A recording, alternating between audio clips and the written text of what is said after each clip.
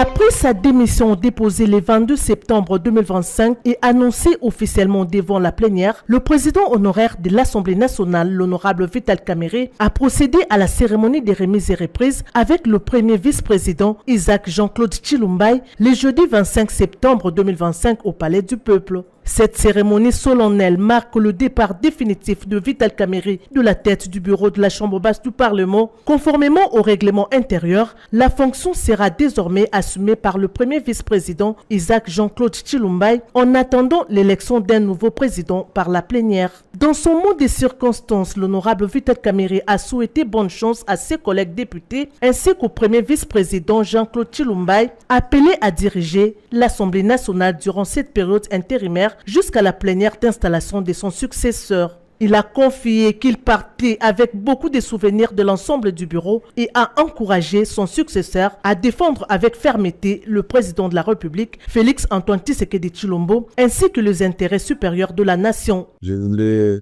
redire que les affaires de l'État continuent, les hommes passent, les institutions restent. Je vous souhaite bonne chance pour la période que vous aurez à gérer cette grande institution, la deuxième de la République. Bonne chance aussi pour la plénière ou les plénières qui auront consacré ma succession ici à ce poste de président de l'Assemblée nationale. Je suis parti avec beaucoup de souvenirs heureux ici. C'est pas la première fois que je parte. Je souhaite bonne chance aux autres. Merci pour l'amour et la collaboration dont vous m'avez béni. La République passe avant tout.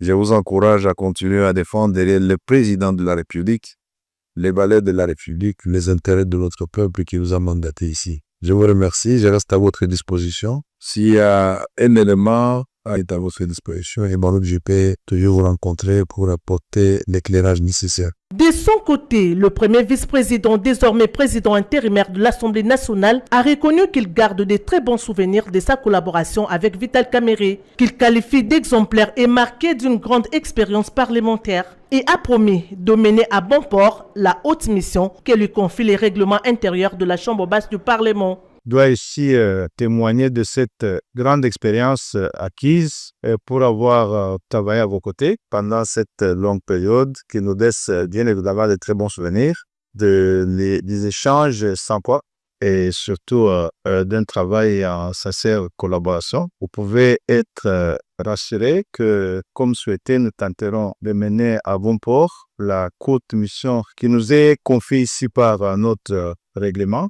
et que nous veillerons toujours que l'image se devait laisser derrière vous par la gestion de cette grande institution préservée. Derrière la vision du chef de l'État que nous avons ensemble pérennisé, je retiens aussi les mots forts que vous avez prononcés à cette occasion pour le travail à battre pour l'intérêt de la République et la sauvegarde de barrières de ce qui nous est commun, c'est ce pays. Ce n'est pas nos petites personnalités qui comptent, mais plutôt les mettre devant comme intérêts fondamentaux qui structurent notre existence sera notre leitmotiv. Cette cérémonie s'est faite en présence du secrétaire général de l'Assemblée nationale, Jean Ngouvoulou Kojé, de la questeur Chimène Poli, les cadres de l'administration et de quelques membres du cabinet de la Chambre basse du Parlement.